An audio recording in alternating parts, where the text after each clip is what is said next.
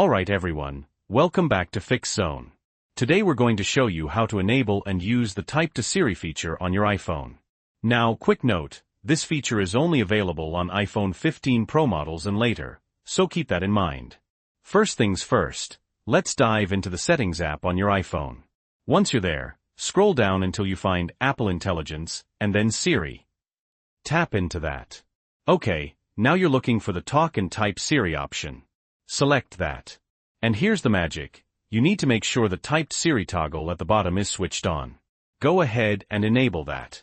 Perfect. Now that it's toggled on, you can exit the Settings app. So, how do you actually start typing to Siri? Simply double-tap at the very bottom of your iPhone screen. This will bring up the Siri keyboard. Now, just start typing your request to Siri like you normally would. And that's all there is to it. If you found this video helpful, please give it a like. And if you have any questions or comments, drop them down below. Thanks for watching.